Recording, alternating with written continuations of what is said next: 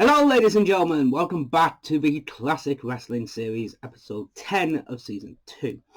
So, you're probably wondering to yourself, where's Ryan? Ryan's not here, so that's why I'm representing the Joker for my buddy Insane Joker. He's not well, unfortunately, so I told him, hey, stay home, get better, and I'll see you down the road. We'll do the episode that the boss wants us to do when we can, but your health comes first. So he was like, okay, cool. So he's sorry that he's not here, but please, ladies and gentlemen, give him a follow on Twitch at twitch.tv/InsaneJoker769. I'll have a link in the description below, and I'll also have a link to his YouTube channel up here, so you can go and check him out as well.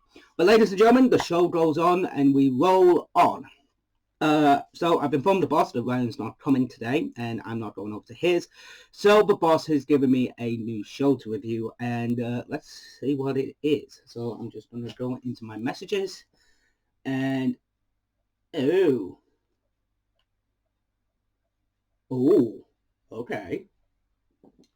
Ladies and gentlemen, we're going across the pond. Not to America, not to Japan. We're going to Scotland. We're going to ICW. Oh, the boss has thrown me a bone, ladies and gentlemen. We are going to be watching ICW's Square Go from 2019. This one's got to be good. Let's get to our first contest. So, in our opening contest, we just had the Kings of Catch taking on the P.O.D. for the ICW Tag Team Championships. My God, this was a awesome match to kick things off. This is basically a tag team match, obviously. They go out to the ring, they get one of the guys from the Kings of Catch gets powerbomb through a table, but it works well because ICW is a lot like ECW back in the day. So it kind of works like it's no DQ for title matches, I believe. And this company just works. They do a lot of hardcore stuff, but it's also safe, if you get my drift. It works really fucking well, I think, personally. It's a mixture of great professional wrestling, but also there's a lot of hardcore wrestling. Jack Jester, Drew McIntyre's been here, the Kings of Catch, Stevie Boy. There's a load of wrestlers I can name off. And it is a really fun company. A lot of imports and exports come through the doors at ICW, but it is one of the big shows. Like WWE have a talent relations with them, so they have transferred some talent over from WWE to ICW and vice versa. So it's always good to do that, and especially now with Triple H in charge, we're probably going to see a lot more of that, which I am looking forward to. P.O.D. are Ashton Smith and Rampage Brown, who were in WWE NXT UK. They were the tag team champions, if I recall, but had to relinquish the belts due to an injury on Ashton Smith. So the match, bloody brilliant. Kings of Catch win with a roll-up and get the win and become the new ICW tag team champions. It's been 2 years since they've become the champs, so it was a really good way to start off the show. Crowd were into it. They cheered when the Kings of Catch kicked out of the pinfalls, and this was just a fun opening contest. So I don't know what our next match is going to be, but if it's anything like this matchup, it's going to be a fucking great show. Let's do this.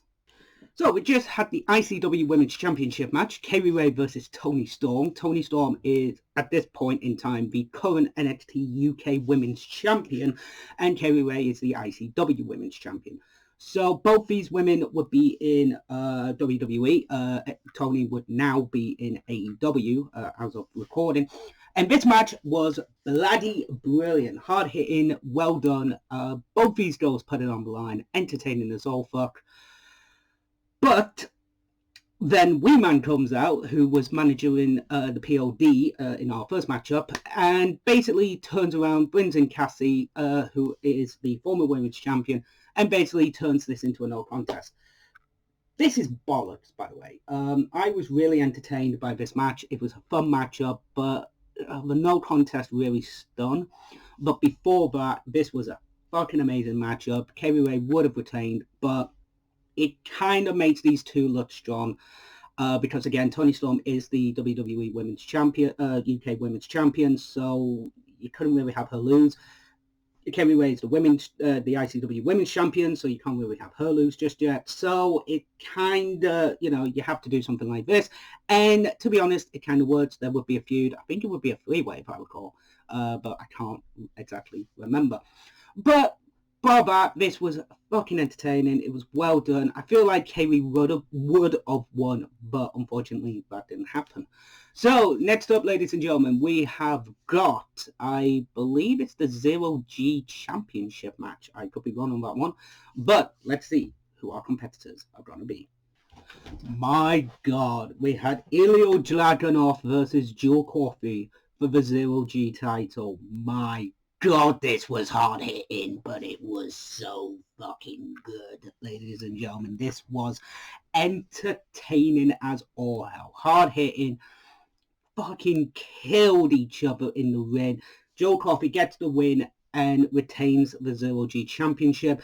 This is the first time that Dragunov and Coffey have faced off against each other in ICW.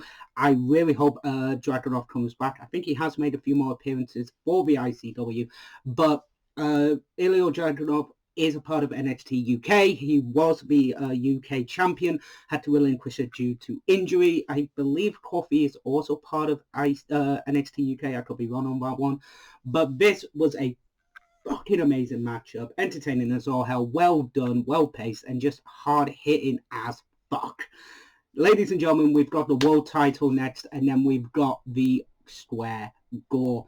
Now, I believe I know who the world champion is, but I'm not going to hold my breath. Ladies and gentlemen, let's get to our world title matchup.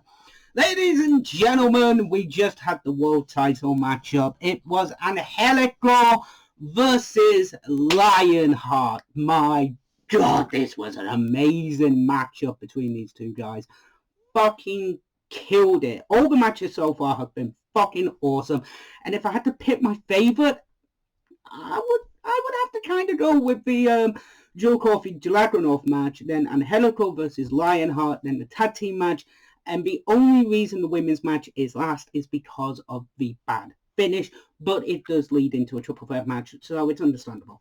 But ladies and gentlemen, this match was fucking amazing. It was mint, and Lionheart gets the win and retains the ICW World title. Ladies and gentlemen, our main event is next. It is the Square Gore.